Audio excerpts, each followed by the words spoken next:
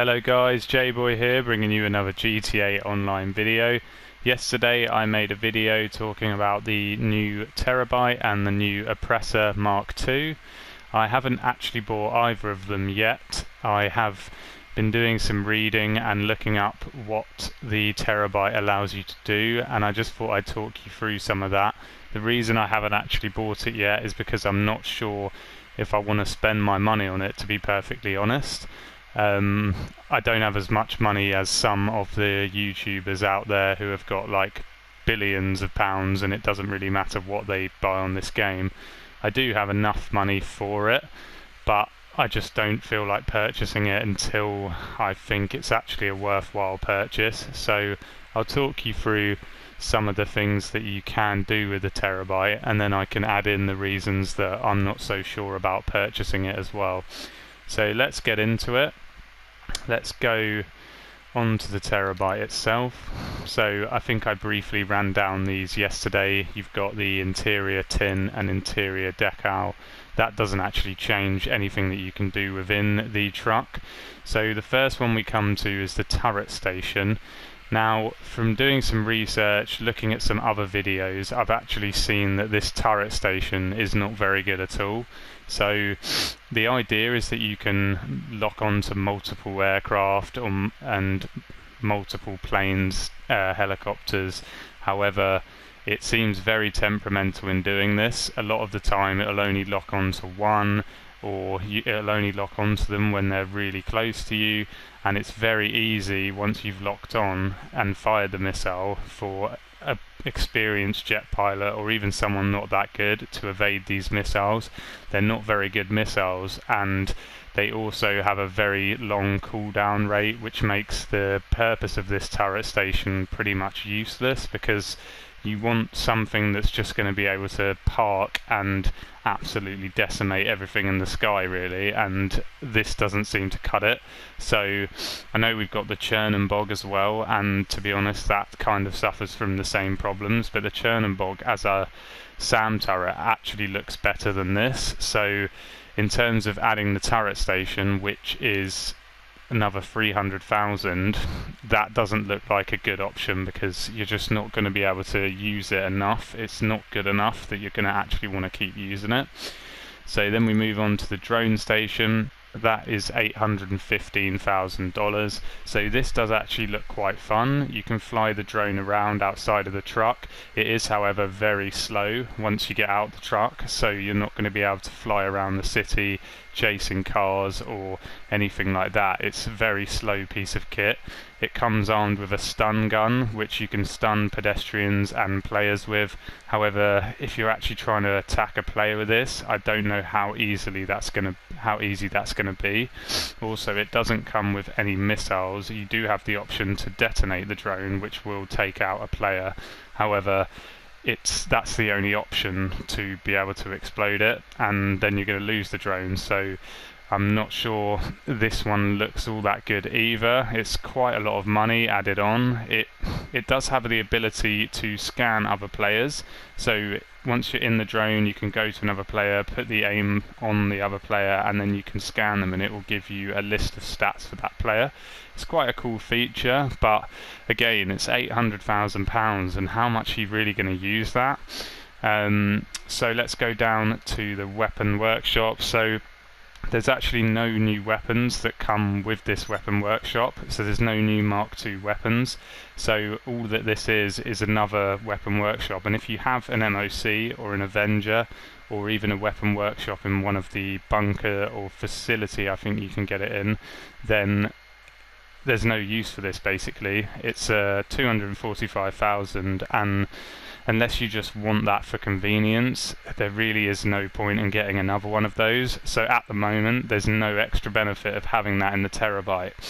And then we move on to the specialized vehicle workshop. So that is purely for the Pegassi Oppressor Mark II, which a lot of people on forums and YouTube videos and on research I've done from looking online, a lot of people are suggesting that the Pegassi Oppressor 1 is actually a better and more enjoyable vehicle. So please have a look at that before you decide to purchase this. It's another 500,000 just to put the specialized vehicle workshop in that will allow you to customize the Oppressor, and then you've got the actual cost of the Oppressor, which is from 3 to 4 million, so it's a lot of money for that. The other things that this truck can do, so it opens up 6 new client missions. So there's a lady called Paige that will call you asking you to buy the Terabyte, and she has a list of missions that will come with this vehicle. Those missions earn you anywhere from 20 to 32,000 pounds, so it's not a great deal of money. You can almost earn that doing the headhunter missions, which can actually be done in like 3 or 4 minutes now. I just go in my Akula and I get that done in 2 or 3 minutes and earn £22,000. Or even the yacht piracy prevention. Most of the time no one even bothers you on your yacht, so you earn £30,000 just sitting there. So these missions, although they might be fun the first couple of times, they're not kind of going to earn you loads and loads of money. The other thing that you can do with this truck is you can run your stock missions that supply your different warehouses from the truck itself, so you won't have to go to your individual businesses in order to launch one of those missions. So you can launch them all from the truck. That is quite a useful feature. So if you're just driving around the map and you fancy collecting some stock, you just hop in your Terabyte, or if you're already in your Terabyte, you just launch. There's a little kind of, well, it's quite a big screen actually, a big touch screen that's within the truck, and that allows you to launch these missions from, so you can kind of control all your stock from this truck. The only thing that's missing from that is, for example, the bunker. You can have the choice in your bunker to just purchase the stock, which a lot of people do because the hassle of going to get the stock and the time you spend on getting it is more worthwhile sometimes to just buy it and keep it ticking along. You can't purchase any stock from this vehicle, so if you want to purchase stock you'll still have to go to your bunker to purchase that stock. So to be honest, for me, I like the passive businesses, and I like the fact in my bunker I just buy the stock and then I leave it running, and the nightclub just earns me money, and then all I have to do on both of those is just sell the stock. With this, however, you are going to have to collect the stock if you want to use the Terabyte for that feature. So the only thing I haven't mentioned, guys, with this truck is its armor.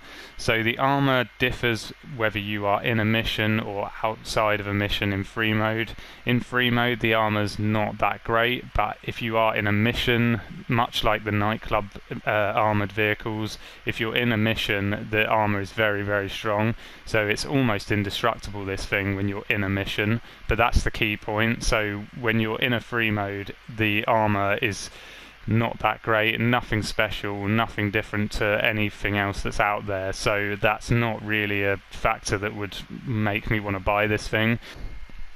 So the total price of this vehicle with all the upgrades is 3.4 million. If you then want to add the Oppressor Mark II, you're looking at another 3 to 4 million, so that's going to be about 7 or 8 million in total, and then you're going to have to do upgrades on the Oppressor. So you are looking at a lot of GTA money, and I probably just about have enough to do that, but given what I've told you and given what I've read and seen on videos explaining the features of this truck, I really don't think it's worth it for me at this point, which is why I'm not going to purchase it. So I hope I've given you enough information there to make a good decision on this. You might really like the truck and all of those features might really appeal to you. I just don't see the benefit in buying one myself, so I'm going to wait for one of the other DLC vehicles, and then I will hopefully buy that and showcase that to you. I hope this has helped if you didn't already know that information, and I do appreciate the support, guys, so please like and subscribe with notifications on. I will be running the 50 subscriber giveaway for a Sennheiser gaming headset, and I will see you again in the next video.